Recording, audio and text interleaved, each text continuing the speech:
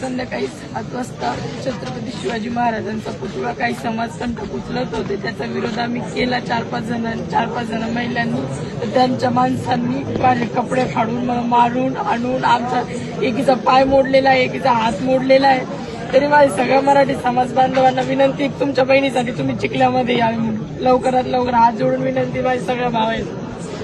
जर तुमच्याकडून हायवे शब्द दिला की मागं पण आठवत नाही, मेलं तरी मी मग तिथून पुढची जबाबदारी सरकारची आणि प्रशासनाची राहील.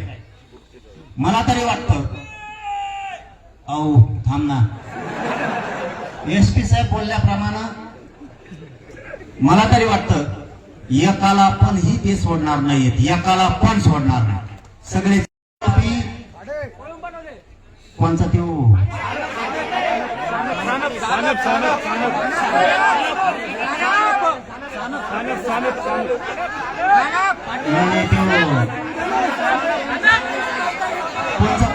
आमच्या तिथे हल्ल्यात होता ते दुसरा आहे.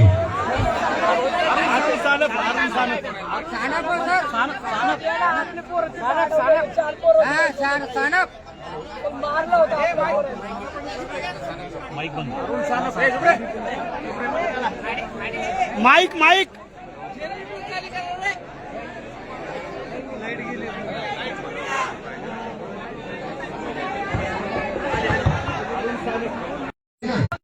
बोलायचं झाल्याच्या नंतर सविस्तर सगळे शांततेत बसा, मला चर्चा करू द्या. घटना मला माहित नाहीये, मला घटना सगळी समजून घ्यायची.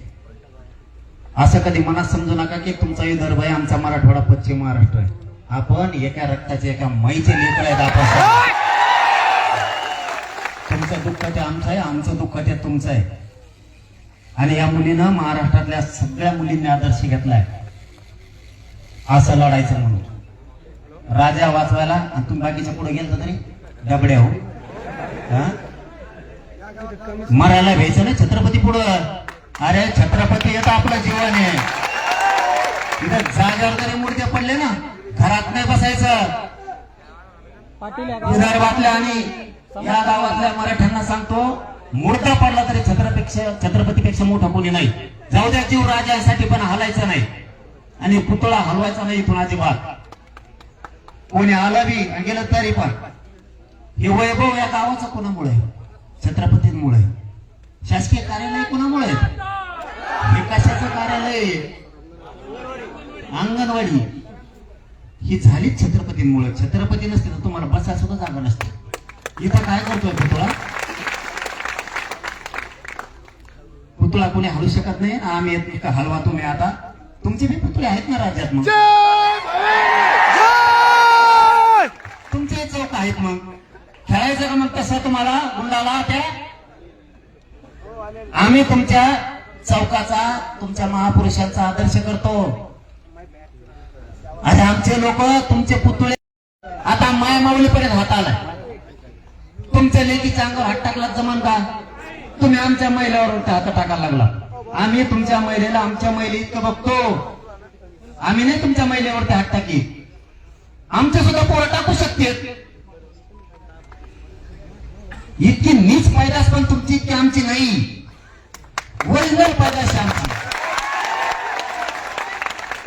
तुमच्या असल्या चुकीमुळं गोरगरीब त्या समाजाला सुद्धा वाईट परिणाम भोगावा लागणार आहेत. या लाभार्थी टोळीमुळं त्यांच्यात असणाऱ्या चांगल्या लोकांना सुद्धा यांच्यामुळं ती जात सुद्धा बदनाम व्हायला लागली. हे लाभार्थी टोळी ह्या 2-3 मंत्र्यांनी छत्रपतींचा पराक्रम सोडून पैसे कमायसाठी हे आवड तिकडे देते आपली. साहेब म्हणती पायदास, साहेब म्हणती शहाण्णव कुणी म्हणतात ते स्वतः. आमच्या छत्रपतींच्या विचारानं चालवायचं. तिचं काम तिने चोखपणे पार पाडलं. छत्रपतींचा पुतळा हटू दिला नाही. आता आपण सगळ्यांनी तिला सपोर्ट देणार. राज्यानं ही जबाबदारी. एकदा जर आव्हान झालं ना, एकदा ह्या महाराष्ट्रातल्या सरकारनं बघितलेलं आहे, देवेंद्र फडणवीसांनी आणि पोलीस प्रशासनाने एकदा जर राज्याला आव्हान केलं ना, तुम्हाला सांगतो कोकणाच्या त्या टोकापासून जे मराठी मुंबई पासून इकडे निघतील ना, तर तुम्हाला इकडे 200 किलोमीटर इतके मराठी. तिला जर न्याय नाही मिळाला तिच्या म्हणण्याप्रमाणे आपली मागणी सरळ